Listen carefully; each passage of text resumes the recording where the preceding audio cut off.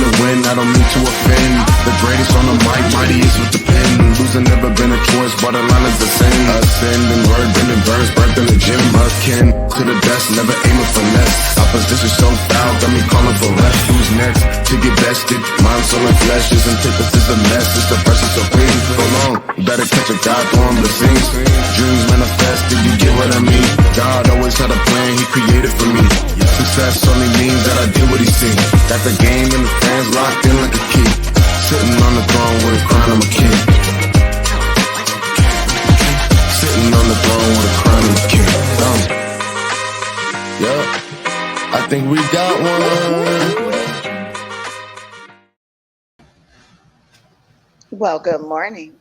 Good morning. Hello. I was waiting for you to start singing the rest of that song. I love that song. It's such a good song. Well, I guess, I don't know. Part of me is wondering, now, were you going to sing the Lionel Richie version, or were you going to sing the other people's version? Well, I love Lionel Richie. All, top 10, right? Mm-hmm. I love Adele's version. Oh. She has such a unique flair, and I love it. I love it. I can listen to her all day. My kids are like, oh God, we know what mood mom is in, depending on who's playing. Usually it's Jill Scott. Oh. If Kim is playing, then I'm like, hey, I'm all the way in my acceptance of my era. Or Marvin Gaye, they know. But if Adele is playing, they're like, oh, yeah. Yeah, they know how to come at you if a certain artist is playing. Well, if you're following the Knight&Craig show, we are about musical references, and we down for all of our music. In fact, we're not too terribly long ago, we did have a nice party at your estate there when we played a lot of good music. The funny thing is, since that time, and I was thank you for the opportunity to DJ that party. Wait, my birthday? Because that was the whole vibe. But you're talking about the birthday or the birthday party? No, okay, because they were both cool, but your birthday party was a different kind of vibe because it was stuff that I felt like I was okay to play with what I played at both events, but your birthday was set apart different because the music there was like it was a vibe, it was a groove of an era that I really liked also. So I kept thinking, man, I didn't play this song. Man, I should have played this song. But if all of the songs that I could have played. Mm-hmm. We'd probably still be there sweltering under the heat of oppression on your driveway. That was a good breeze. I'm sorry. I'm not gonna let you. No, I'm talking about like right on my house right now. Oh, no, I'm talking like it's been 30 days later and the heat's up. Yeah. You know what I'm saying? Yeah. Oh gosh, yeah. But in the evening, it's so nice. It doesn't matter like kind of what the heat has been in the day. Anytime between like when the sun starts going down, toward going down 5, 6, 7 o'clock. Oh man, I could just be out there all day. I would never leave my house if I didn't have to. I feel you. That kind of feels like me too. I don't. When Sandy died, I'm a huge don't leave the house guy. The only place that was safe for me was home. And I want to make sure that that's not the case. You know what I'm saying? I make sure I come out more. And then being a remote office worker, it's always you're in the house all the time. Your work is here, your frustration's here, the family's here, the rest is here, everything is here, and even all of the thoughts of the day are here. And I need to get out more. So for sure. Yeah. I was always going to build a compound that had everything I needed. Gas station included, even a larger kitchen, a freezer, a restaurant style freezer and walk-in, so the frozen stayed frozen long and the cold stayed cold, because that's why the food actually spoils, is because it drops below or above a temperature for preservation's sake, and it fails because commercial kit refrigerators, this is a consumer grade fridges and freezers, it just can't do the work. So no, I feel you. And when I say I would never leave, I literally mean like I wake up and I still thank God every single morning. I feel like I'm at a retreat every single day. And so I love being around people. I'm more of an extrovert probably than you are anyway, but I love being around people when it's my people, Mhm. meaning the people that feel my soul and fuel me, and I feel good when I leave their presence, kind of a thing. And I love a good steak, and steak is my son makes a good steak, but every now and again I need to hit up seafood and steaks and good ambiance and excellent drinks, excellent conversation. So yeah, I do enjoy when I leave, but I leave with intention and purpose, because other than that I would be right here enjoying everything that I have worked hard for. Are Yeah. we avoiding the topic right now? I No, kind of no, feel like, no. okay. I was actually feel to me that it actually Uh-huh. is related to the topic. Okay. Because the Okay. topic, let me put it up here now. It is we are still in the Uncharted. I think obviously all of season 3 we believe is going to be the Uncharted season. Um, Yep. with us, as hosts, we're doing something we've never done, even as a host, and having had guests and Mm-hmm. different topics. Some are even more challenging, I think, than we probably thought they were going to be when we first started. Yeah. And even so, today's topic of grieving the living, I think for me, my grieving of the living, it caused me to stay indoors or motivated me to want to stay indoors more.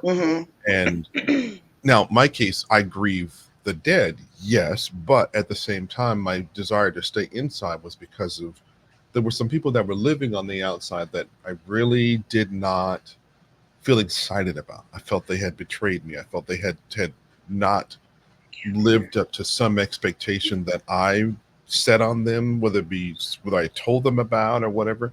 And it wasn't ever anything I should have done.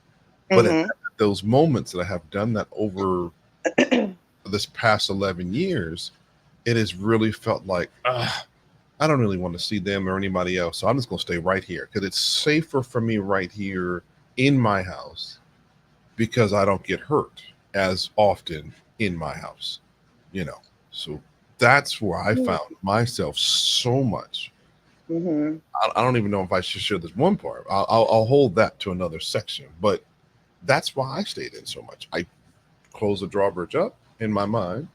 I dug the moat deeper and wider in my mind Mm-hmm. to keep people out, to keep people from hurting me. Yeah. And that's how I've lived a lot of the first 2 to 5 years after Sandy died. When I first this topic came to me and I brought it to you and was like one of our strategy meetings, like, okay, what's on our list? What are the things? I'm like, dude, I'm in like the fight of my life right now, Mhm. trying to redefine relationships based on relationship status changes, things that were I did, things that happened to me, separating the two, having some really, really tough conversations. We kind of leaned into that on one of the shows will be released this week with Tamara, and about the pivot, and where we are as business owners, as um, being our own bosses, and working on some stuff with Boss Mom, and with some other collaborators, and and this grieving the living, it made me think about, to your point, the actual physical deaths that I've had and how I healed from those or prepared for those or didn't prepare or didn't know I needed to prepare for those, and the grief cycle, great old Kubler, and what that journey looked like for those instances of actually grieving the physical deaths of people that are no longer here, and how that translates in into the death of relationships that I've had, and still having to see these people, and what that has been doing to me, or what I've allowed it to do to me, or what it's brought up in me about myself and my responsibilities. um yeah, this is heavy. It's really, really, really heavy. And so one of the things I shared with you also in our strategy session is I know people are looking for answers. I know people are looking for solutions. So when I'm looking for that, I pray and I ask God in my own way, help me with this. And I shared with you, I wanted to be intentional about the conversation because it's complex Yeah. and it's different for everyone. And I believe I have some revelation on how we're all going to be better, and that is freeing for me. So my intention is to, when we share our stories today, that you as our listeners, as our followers, as people on this journey with us, that something that we say today resonates with you and propels you and pushes you into that true healing space. So I'm a drink. You and drink. Yeah, that was funny when we had our strategy session. I was telling you, man, you had that heavy face. You had that. I'm gonna push all this information out, but it tastes like medicine. Hmm. And I was like, man, really? I was like, are you sure you want to? Like even before today, I was like, you sure you really want to do this one? Because it's not the easy topic. I mean, I guess when you talk about what does grieving the living really look like and mean, Hmm. I think a lot of folks, a lot of us who've dealt with death, you think grieving, you think, oh, somebody died. How do you grieve a person that's still alive? And Yeah. what that looked like for me is I grieved the loss of a relationship that Hmm. with someone that was really super close to me, that they're not close to me no more. They're still, I see them, I hear from them, or sometimes I don't hear from them. I know they're there. I see their social media, and maybe I stalk them on social media. You know what I'm saying? Maybe they Oh, stalk you me. do that? I didn't know you Oh, did that. yeah, for sure. And my concern then becomes, how does that actually weigh on me? I have a friend that I've done, business with for, a number of years, and we're tied to, still in a business together. And Hmm. our friend, I grieved the loss of that friendship for probably about 2 years before Hmm. I ever said anything to him. And that grief was because he was not willing to or interested in going in the same direction I was with business. And Hmm. so, I was like, I'm a team guy. I was like, yeah, when I got my squad with me, those one ride or die, that, Right. I'm not going to, advertise a Bad Boys movie, but I'm just saying the tagline is, It's good. Bad Boys for life, right? Yeah, yeah, yeah. It hurt my heart so much. I had a pain in the center of my chest for probably about a year and a half, until I really started to accept the fact Hmm. that he wasn't going in the same place and direction I was going. Hmm. And it's not a matter of, good, bad, or indifferent. Right. I wanted, I thought, even if he was supposed to have been going there, he wasn't willing to go anymore. Hmm. So Hmm. that made me sad. And Hmm. I just didn't want to go by myself. And I thought, well, Lord, I'm just going to wait right here. I felt Hmm. like the scene from Mo Better Blues, where, Ah. where Bleak walked off, Denzel Washington's character walked off without his saxophone, and he wasn't going to play no more. And, you Hmm. know, and what's my man's name that was standing there? I can't remember his name, the writer of the film and the director, Spike Lee. Spike Lee's character Oh, was yeah. just standing there. I won't sell it, Bleak. I won't sell it. Hmm. Basically, I'm gonna wait right here till you come back. I'm gonna hold it. You're gonna come back. I know you are. And that's Yeah. what I felt like for, honestly, probably for another 6 to 10 months. So it was over Mm. 2 years. I waited on him, and Mm. I had conversations about. I remember standing in my driveway. For those on just on the other side of this very wall, Yeah. standing on the driveway, explaining to him, I'm sorry, I'm not waiting for you anymore. And he was like, what Hmm. are you talking about? So I grieve the loss of our relationship because you're Hmm. not going where I'm going. And Hmm. it's because you can't. My walk is different from yours. Yes. And I've waited on you for the last 2 years, Hmm. and you're refusing to come. So that has delayed my attempts to do me for Hmm. years. So we've had, and then we had a second conversation. He was sitting right here when next to my desk. We talked about it again. Mm-hmm. And, this whole, sadness, tears. And I thought he was going to come along and maybe he gets it. Mm-hmm. It didn't happen. So I had to finally come to grips with myself and say, look, if I'm going to wait on anyone else but the Lord, and that's not scripture, right? For those who, believe in the Bible is true and as their guidepost, right? Mm-hmm. It says those that wait upon the Lord renew their strength and up on wings with like eagles and shall not run and not faint. It doesn't say those who wait upon your friends that you want to come along with you to be your squad.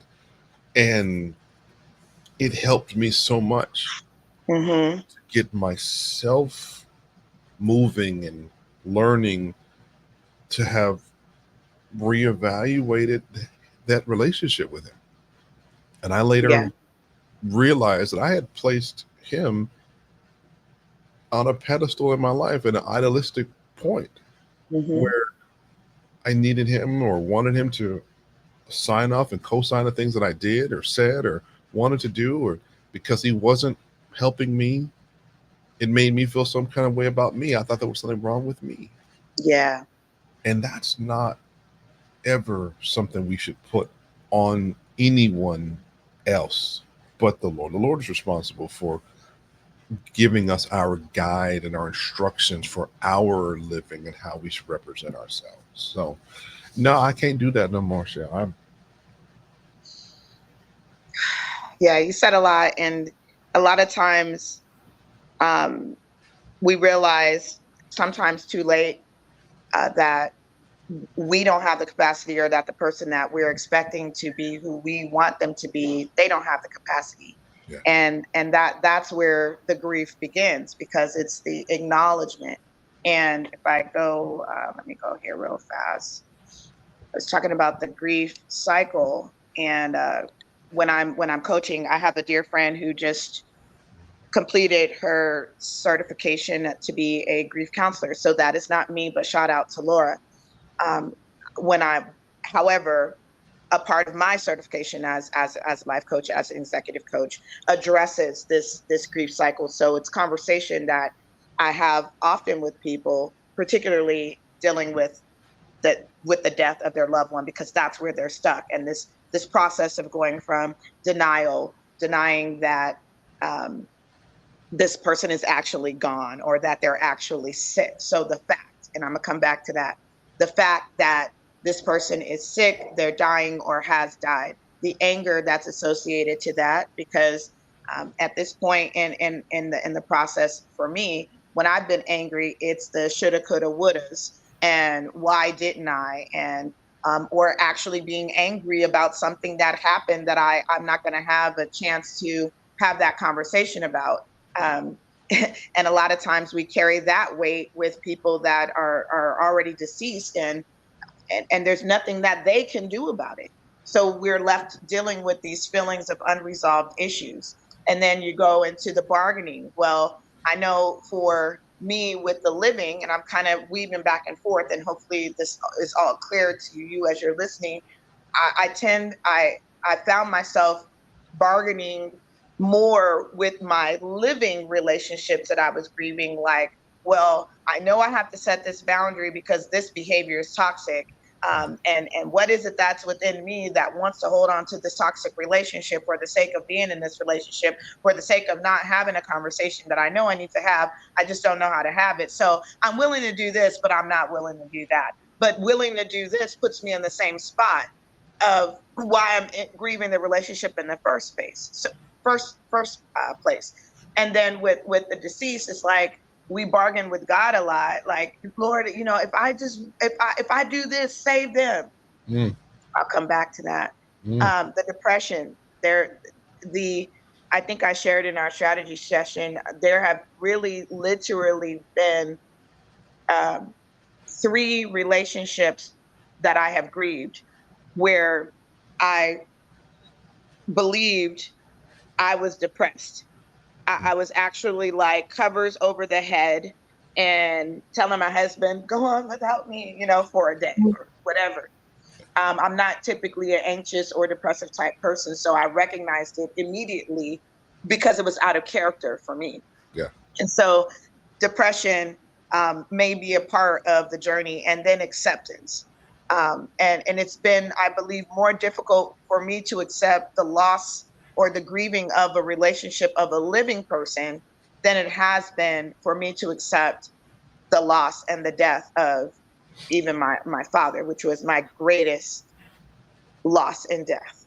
Um, and so a lot of times we get confused that this is not a linear process. Grief is not a linear process. You don't go from grief to denial, all the way through to acceptance. And we're not at the same space in every relationship, physical death or emotional death in a relationship. We're not at the same space for all of those relationships. So it's not like we gather all of the people that we're grieving death in and go, okay, well, I'm going to go through denial and I'm going to and now I'm with anger with these people and now I'm at bargaining. No, it doesn't work like that. And I often say human beings, we're simply complex. And within the complex nature within ourselves, our relationships are equally complex for where they are. And so I want to be careful in the way that I'm explaining this, because I really want us to understand the significance of the relationship between grieving as it is, grieving the death of someone who is no longer with us, grieving the living of the people that we see every day, and that cycle of forgiveness. They are very much hand in hand in lockstep. And so wherever you are for this process, there are some things that I'm pausing because I want to, again, be intentional and not put the cart before the horse, but also be sure that we're giving this topic its due, because I believe that after today's conversation, my life, Craig, your life, and the lives of our listeners will not be the same if we can understand where we are and the value and the importance of where we're going when we do this right. Not right for society's sake, but right for ourselves. So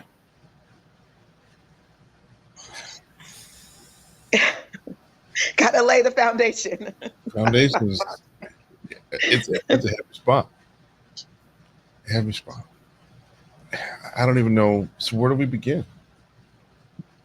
Well, I know in our notes from our conversation, and we don't script anything. Those of you who have been following us for 24 going on 36 episodes, we don't write out scripts. It's very natural. So what you're experiencing right now is literally Craig and I processing what's next and where do we go, and I'm open. So I know there was a story you wanted to share, and I let me share that. that's yeah.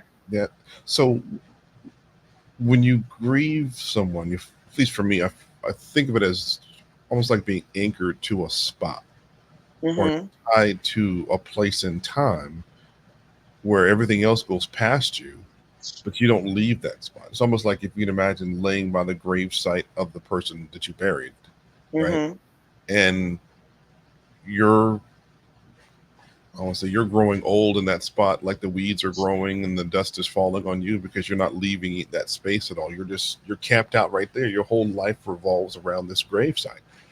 I remember when shortly after the boy's mom died, the big thing for me was some of the younger ones wanted to go see their mom, and the closest place I could take them was the gravesite. So we would go on her birthday, we would go on Mother's Day, we would go and leave flowers, I tried to let them process as a child what this meant for them. And I remember one day distinctly we were standing there, and one of them actually stood, in front of the headstone, technically on top of the body, right, buried body. And I don't know if it was Ryan or one of the boys asked, turned to me and said, "Dad, is Mom actually under here? Am I actually standing on her right now?" The innocence. Yeah. Yeah. And I said, well, you're standing on her body. Yeah. Mm-hmm. But, you know, we don't believe that her spirit is there anymore. So you couldn't talk to her even if she was like in the box, you know, but her body's there. It's like, Mm-hmm. oh, he started looking at me like, so it became our ritual, right? Our pilgrimage to the gravesite on these high holidays, so to speak, right? And Mm-hmm. I used to hate going because I'm not a cemetery dude. So Mm-hmm. I would be the good soldier dad, and we would go and I'd let the kids have their space and however they want to process it. I would leave them there, and I'd go sit somewhere else in the cemetery on a bench or walk around or looking at the Mm-hmm. stones because some people had been buried there a long time. Yeah. And there was one day I kind of listened to their conversations to kind of make myself available in case, they needed hugs or whatever. And there was moments where some of them would cry, and that's all you would hear throughout the cemetery was Mm-hmm. just their crying. Mm-hmm. And then there was moments when you would just hear nothing but the silence, the birds chirping through, right? Mm-hmm. And I remember there was one day we even brought, I think it was olive oil to clean the stone to make Mm. it, shinier. So they kind of got a kick out of that. Then there was one day one of these high holidays came and nobody wanted to go, or fewer and fewer of them wanted to go. So I would only take the ones that wanted to go. Mm-hmm. One where nobody wanted to go anymore. So I never pushed them until I think it was maybe a month ago. Now Jackson just got his license. Yes. So this is now August when we're recording. So when this airs, it'll be a month or so later. But anyway, him being able to drive and have the freedom and proficiency and competence to drive, it's nothing for him to drive an hour at least one way Mm-hmm. without him when he worry about it in traffic, out of traffic. He's that kind of dude. And he's driving a Suburban, so he doesn't worry about even the spatial depth of fitting that thing into tight spaces. Mm-hmm. He was going to go pick up a friend of his wanted to come and visit. We call it from the old country, where Yeah. we used to live, right? And his parents weren't able to bring him, and he didn't have a license. So he asked me, "Can I go pick up my friend?" I was like, "You're going to go all the way up there and all the way back Mm-hmm. by yourself? I'm not going." Mm-hmm. Oh yeah, I got it. And then he says, "Oh, by the way, where is mom buried?" Mm. And I was like, "Can you send me the address of the cemetery? I want to go by there." I was like, and that's the first time that I am aware that anyone has gone there in probably a good 6 years, Wow. if not 7. So it's Mm-hmm. interesting for him to be, and he was the one that was closest to her, and of Yeah. all the sons that he would cry when she would leave the room. I could come, Mm-hmm. it wouldn't even matter for that kid, and he would Sweet go, baby. yeah. So it was interesting to see that, and for me, the story I should have, the intention for the story was for probably about 2 years, I believed that I was the reason that she died sooner. Mm. And I carried that. And people are like, "Why? What did you do? Did you poison it?" No. What happened was we were going to a church at the time where we were thinking, it was a church I was already at in San Diego. And so she was coming down from the Temecula area. I thought we were going to relocate the family to join that church after we got married. So this is before, as we were dating, getting ready to get married, we were there. Okay. And I remember we were in a Bible study class and we were taking a test. And we were sitting, the church was using an actual class, from a school. So we were sitting in the classroom. And I could have sworn, Shell, I heard this audible voice. Do I have to take Sandy from you to get your attention? Mm. And she was sitting next to me in the class. Mm-hmm. And I looked up, looked around. She's like, "What's wrong?" I'm like, "Nothing." I'm thinking that everybody heard that. Yes. Because it's a class of like 30 people taking the same test. Mm-hmm. Mm-hmm. I was like, "No, okay, no problem." So I went back to taking my test. And the word came again. "Do I have to take Sandy from you to get your attention?" Yeah. I stopped up again, and she looked at me. She goes, "What's wrong?" I said, "You didn't hear that?" Mm-hmm. She's like, "Hear what? No, it's quiet in the room. Everybody's taking a test. And we're talking. It's disturbing." Sounds just like her. Yeah. We're talking. I was like, okay. So the rest of the time, I'm thinking, something like that had only happened to me one other time in my life when I was in college and fell asleep during a final exam for my engineering classes. That was super hard. Look at statistics. Man, that was tough. And I fell asleep. I woke up. In the dream, I remember dreaming that I fell asleep. And in the dream, woke up and saw the error or shown the error that I was making on the test, and woke up to the error was exactly there on the test on 2 separate times. So fast forward to so this before we even got married, and she dies, that classroom saying comes to my mind. And I'm thinking, well, maybe I didn't pay attention to the Lord well enough. So maybe that's why she died early. There's no way in the world I can believe that this lady with 5 sons would die after only having been married for 11 and a half years, and to leave me stuck with raising these kids. There's no way in the world I could believe that was supposed to happen. So I carried that show probably a strong 2 years at least. And I didn't want to leave the house because I felt like I had, because of my disobedience in following Christ, because I knew I had dumbed down who I was in following him to have a happy life, because the men in my era were trained the happy life, happy wife. So I didn't do the things that the Lord wanted me to do. I did some. I don't even think I get any space between there. But people who knew us would swear, oh my gosh, you guys did so much. I'm like, if you thought that was much, imagine if I had actually done what the Lord had wanted me to do and called me to do. You'd have been, I don't think anybody would have really understood. But I had to learn that her death wasn't my fault. It was just her time. Yes. So I appreciate the vulnerability that you share in that story, because I heard something yesterday and I got my tissue ready, because I'm not typically a crier. There are times where when I get angry, I cry because I'm angry that I'm angry, like that I let something get to me like that, you know? And I'm not afraid or ashamed to cry if I feel that. But in this case, I got the fan blowing in my face, because I'm just like, it's heavy. It's so heavy. Okay.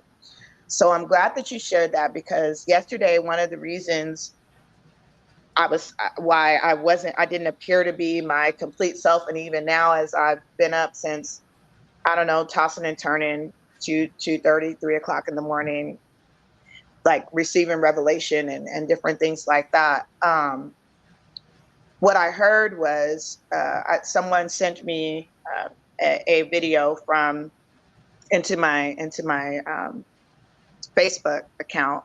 They sent me a video, and I was watching the video, and there were 2 pastors that were talking, and I'm not going to go through that whole conversation.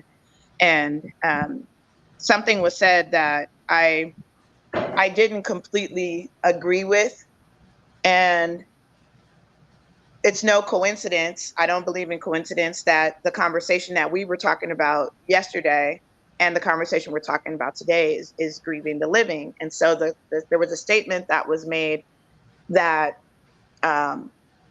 facts are the enemy to faith. And I understand what was meant by that statement. Sure. I also understand that there is an error that we're communicating if we believe that in totality. I think it warrants clarification on what it actually means, because if we think about what faith is according to scripture, it says that faith is the substance of things hoped for and the evidence of things not seen. Substance, it's material, I'm doing this because a lot of times it's tangible, it's what it's made up of. Yep. But the evidence of things not seen, And in the context of grieving, I don't believe that by me admitting, by me accepting during my time when my dad was dying, that he had cancer. That was a fact. Mhm. He had cancer. Yeah. It is a fact that I have osteoarthritis. Mhm. It's a fact. It's a fact that I have a thyroid condition. It's a fact that you have your conditions that you have. Yeah. These are conditions that we have. I am not cancer. I am not osteoarthritis. My dad was not cancer. He had a condition. That was a fact. Yeah.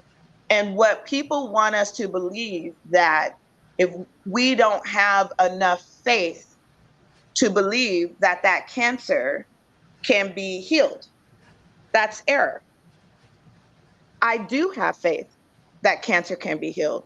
I do have faith that I am healed. That is what I speak, but it does not change the fact Right. that there is a condition that exists. And so, what came to me early this morning is that faith is the activator to get or to receive the miracle. Mhm. The scripture also says that faith without works is dead. It's an activator to get us to understand that something could be different on the other side of this. Mhm. It is not within itself, faith within itself does not have the capacity to be or have the miracle. Right. Faith is the activator.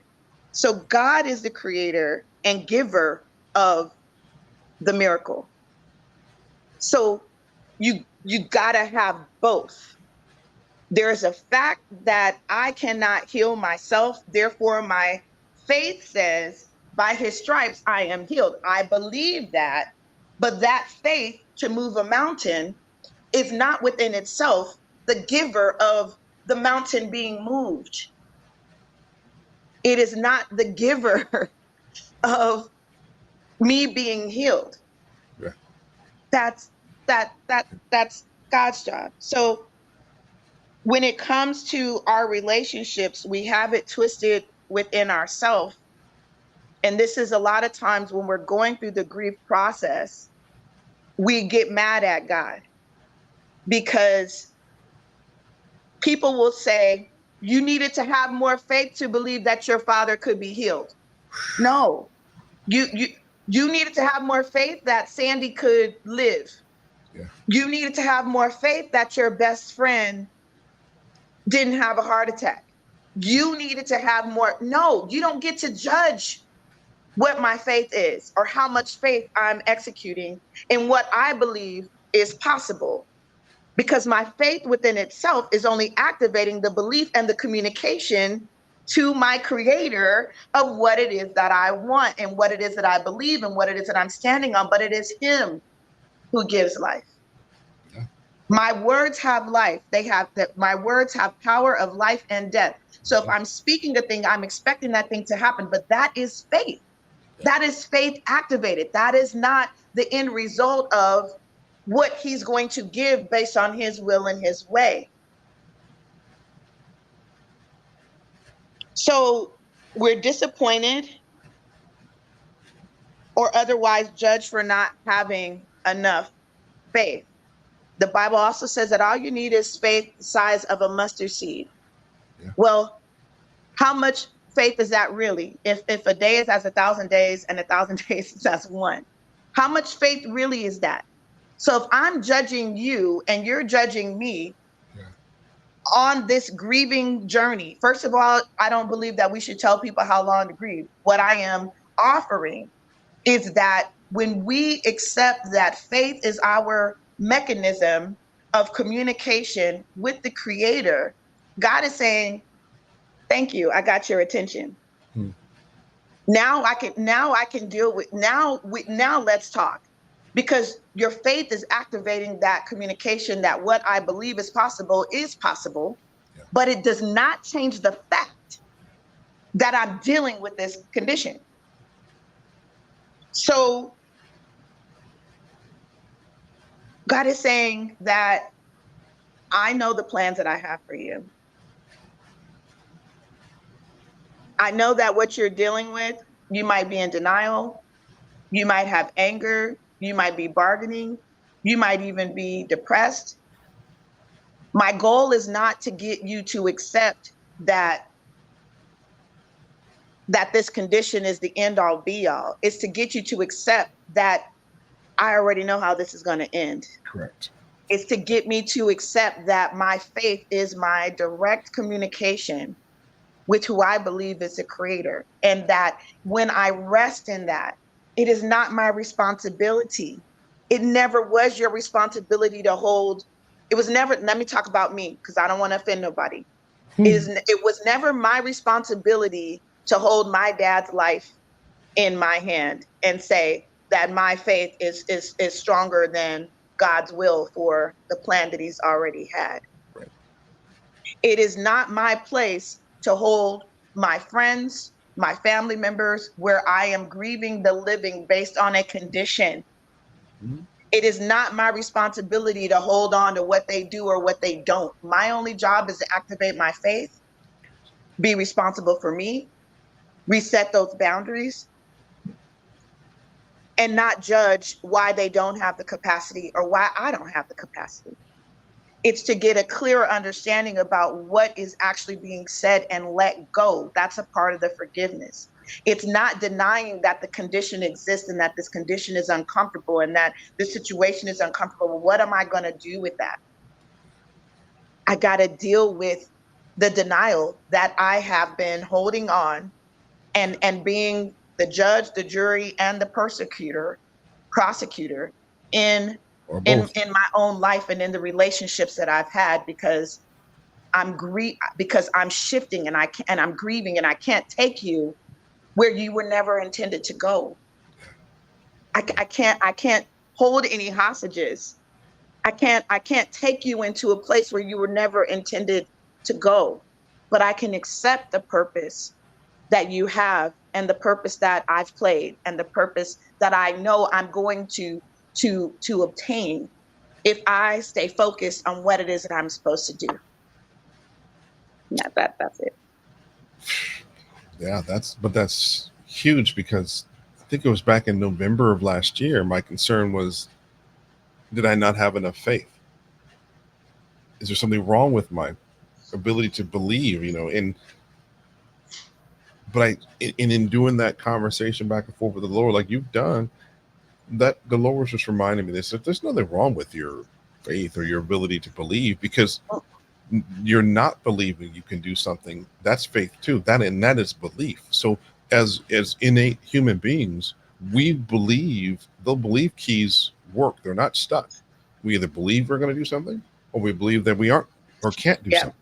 And we tell ourselves, that life, death, the power of the tongue. We speak those powerful things or those lies and death on ourselves throughout the day. Mm-hmm. The trouble is, what are we believing in? What are we having Yes. faith in and for? Are we having faith for it not to happen? Or are we having faith for it to happen?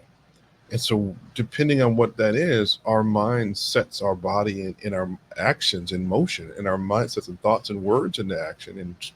And we're moving towards both ends, whichever those ends are. And so, if we don't believe that a good thing is going to happen, and I'm going to get sick, I'm going to have cancer, and my kids are going to get a disease, and Right. then we're going to do everything in our humanistic power to make that happen. We won't take medicines. We won't go see the doctors. We won't get, do exercise. We won't eat right. We won't drink water. We won't take the vitamin C's. We won't, if it's asthma, we won't take the little things. Case in point, a friend of mine just sent me, another friend of his who's in the medical profession, they had made a statement that, hey, there's the COVID thing is coming back around. It's supposed to be real nasty again this year. I'm telling my team to wear their masks in the office as their patients. So I was like, and I had to go, the same person helped me get physicals done for my sports, was actually camp physicals for my two youngest. Uh-huh. I thought it was, I let that go in my ear and think, oh my God, COVID's going to be heavy this year. And it just sat there in my head. I get a text from another friend yesterday with this long text from somebody that he got it from somebody in the medical profession that got it from the CDC and talked about what the new strain of COVID is supposed to be. No Yeah. symptoms until you got it, Mm-hmm. high death rates and blah, blah, blah, Yeah. blah, blah. And when Evan came home 2 days ago, he told me that he got housing for his college he's going to. Mm-hmm. So he will be living away from home. Mm-hmm. Ryan's already going to be living away from home. And Mm-hmm.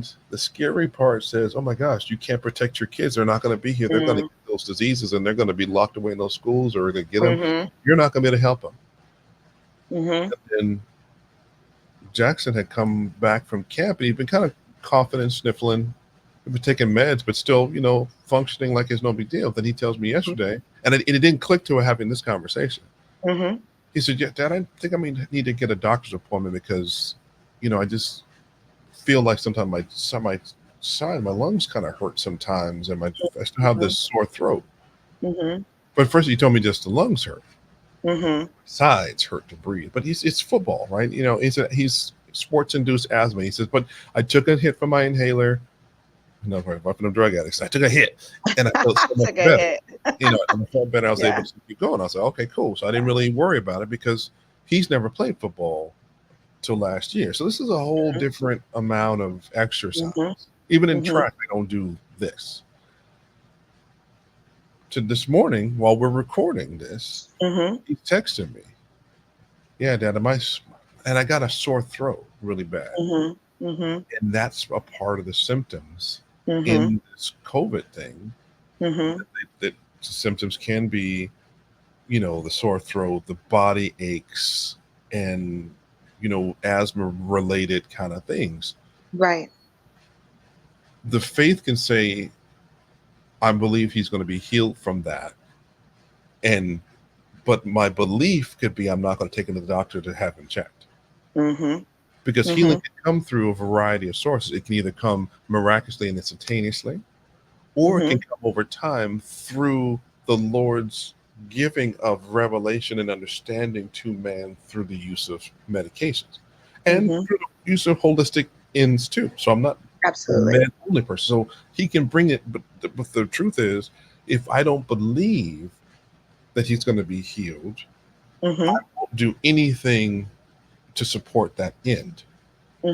People can also say, well, yeah, but if you did something to the doctor, that's unbelief as well. It's like, no, that's going to be foolishness in certain parts.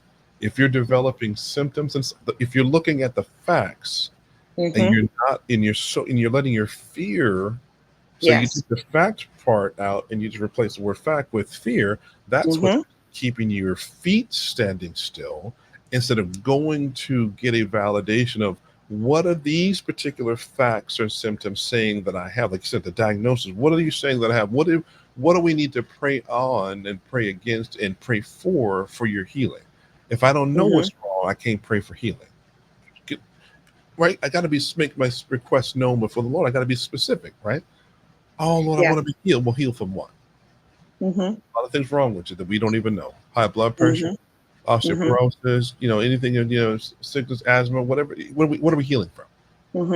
Or are you not exercising your faith enough to go find out the specifics?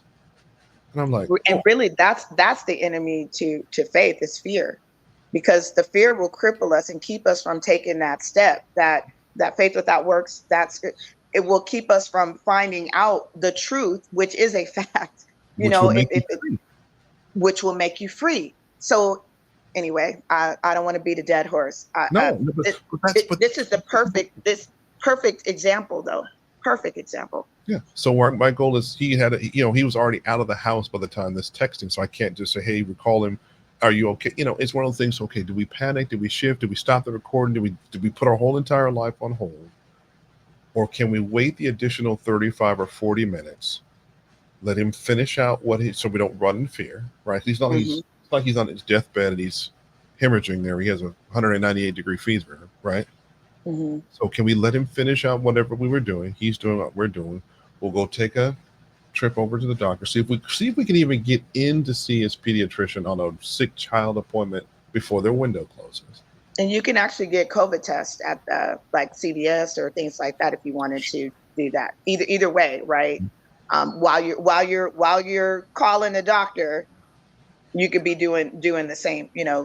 Having that forward motion toward whatever needs to happen. Yeah, and I think we even have some actually in the house and get those tests done so we can look and find out, okay, what is it really that you have? Is it just a cold and your asthma's flaring, or is it really what this is? If it's the super whatever this new 2024 released version of the COVID virus. And then we go do whatever's next, because you can't fight against what you don't know what you're fighting against. You got to have the right tools, the right weapon, So that's really where I'm at, and I'm refusing to allow myself to be afraid of it and not take the right steps to defend ourselves against what it is.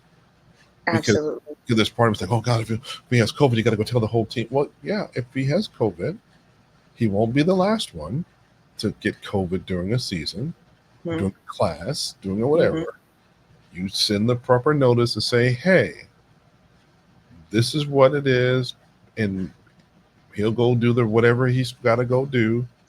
And when he's cleared, if that's what it takes, he'll come back.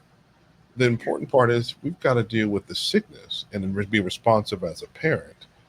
And even for men out there who choose not to go to their doctor as often as we got to handle it. Get your eyes checked. Like for me, I haven't gone to get my eyes checked in 2 years. Why? Just slow and lazy. Making up excuses. Saying I need to get my eyes checked. Are you taking your blood pressure? My blood pressure pills right out.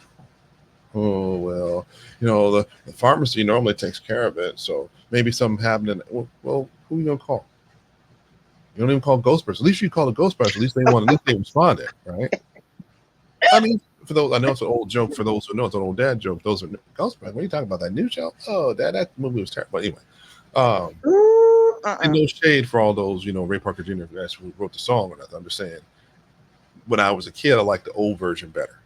Yeah, for sure. The newer ones, they're good, but I like the older ones better. But again, for people, we have to do something. We've got to move. Like we talked about in season 1, we talked about a lot. We have to get off the X, and I think the X for a lot of us is fear, and until we decide to move and stop being a friend of fear, and that's facts. So those one thing, where is the fact is no. The fact of your fear is taking from your faith. That's the fact. Yeah. And deal with that and keep it moving. Yeah. This conversation, as always, takes its twists and its turns.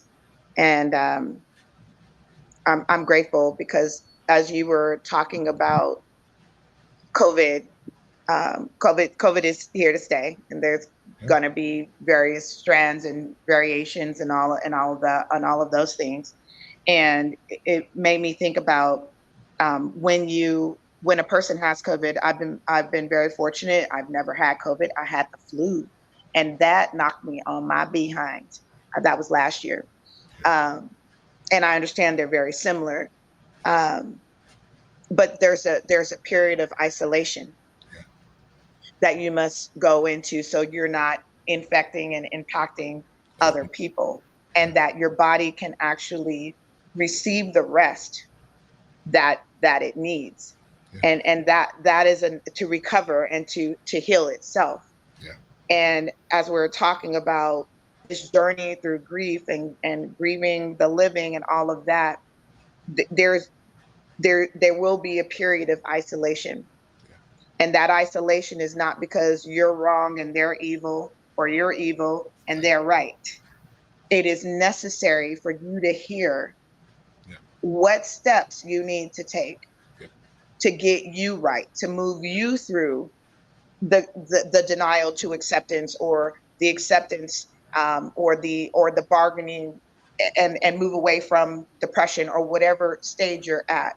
So the isolation is necessary to get you to the point where you select where you do what you're doing, Yep. why you're doing it, Yeah. who's doing it with you, Yep. where you're really going, and understand that if you don't isolate, you're actually bringing on the hostages. You're literally dragging the dead with you, because now they're infected with whatever you have. Yeah. Mm.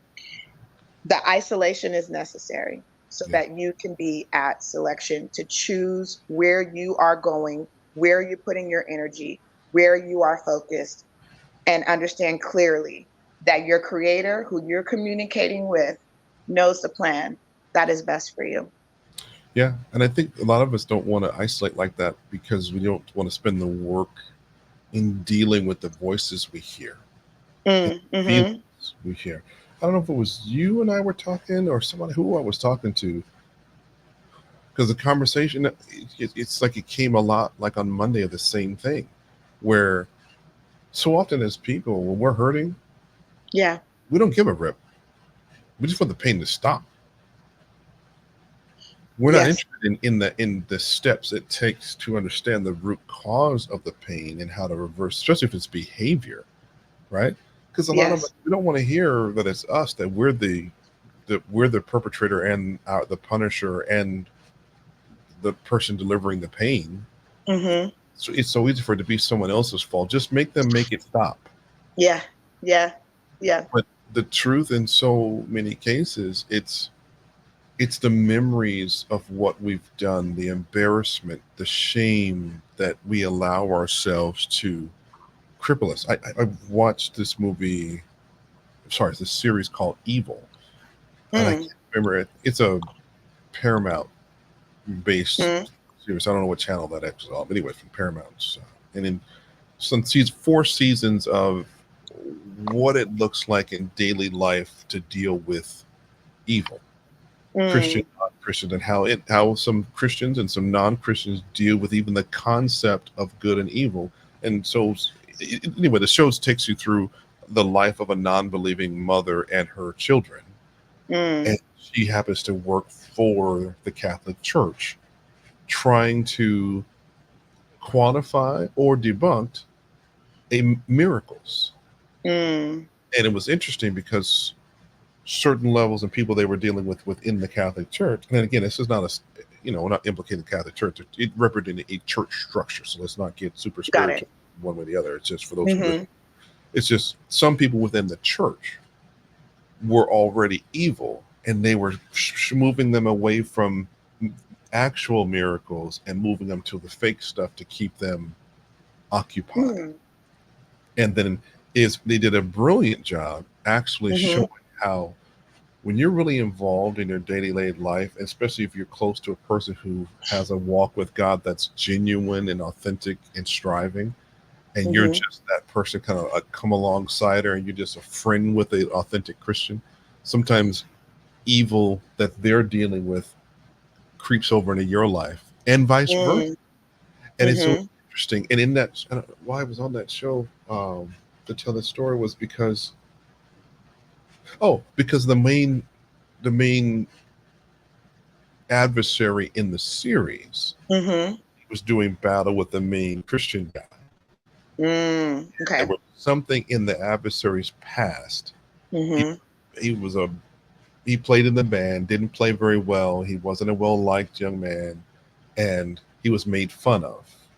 Okay. And there was a portion in there's just a scene where the Christian dude, they were battling. It's a battle of wills. Their faith was against each other, and then they were able to take a negative memory that they found out about the bad guy's life and play Mm-hmm. a song that was from that moment in that kid's life.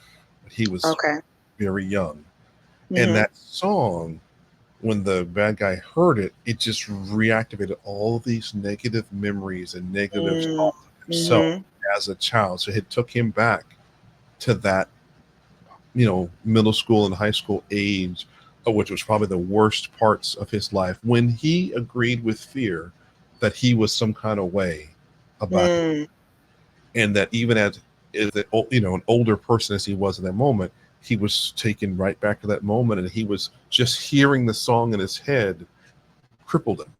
Yes. So he laid out, and all in the next several scenes after, whenever this guy gets afraid now, that song, that big band song, blares in his head, and he's laid out on the floor in writhing in pain, because it's all of the negativity that comes that he has to deal with. And some of us don't want to sit still long enough to quiet the band, do the work.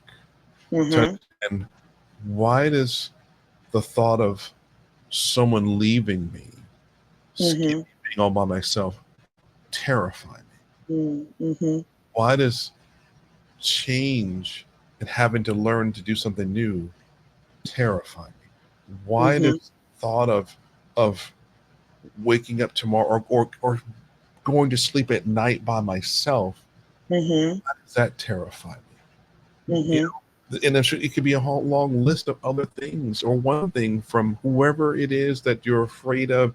I don't want to do this because I don't want to drive because so and so I was with, they always drove, and now I have to drive by my. So for whoever that is that has these types of issues, the isolation that we're talking about here allows you to sort through the core and deal with yourself and those issues, because you got to quiet the band. Yeah. Craig?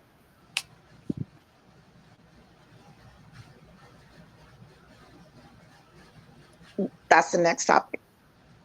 How to quiet the band? Okay. That's part 2 of this. Okay. Because that's the power that we give to other people. That's the, I'm not going to do this because they did that to me. Well, who is hurting? Who is that hurting? You think that the person that's playing the song in the band is hurting? No. Because they getting The paid. isolation. Listen, they have moved on. Yeah. And we're stuck in the cycle. Yeah. And the sad part is, some of us think the band's in the room with us and they're the accusers, they're the punishers. When in reality, we just got the video on loop, and if we just stop playing the video and turn this music off ourselves, we'd be okay. But we have to deal with that, right? So, so next time, join us right here on the Knight&Craig show. And we say here, if you follow, share, like, and if nothing else, do it for yourself, right? We always want you to share it with a friend. If it worked for you, it helped you a lot, then you do that. Yeah, if you want to leave us a comment there, send us on the DMs to help you with something, or maybe something that's as a part of your journey that you just need a little bit more conversation with someone on. Shell is a brilliant coach. She can get you right, or get you to the people that can get you right. But it's not going to be Rochelle herself. You, me, all of it. You have to put in our own individual work to get right. If you have even questions, if you want to do even more in depth, if you want to be a guest like Tamara Johnson, or we got a guest. I guess by the time this is aired, you had Sean D. who's been on with us. Yeah. Also, you can email us. Let us know. Let's talk about a topic, or if we haven't talked about something that you realize, think that would be a great topic, or you want to join us to discuss. Send us an email at knightandraigshow@gmail.com. Anything else before we drop, Shell? No, because it'll spark another conversation. I'll see you on Quiet That Doggone Band.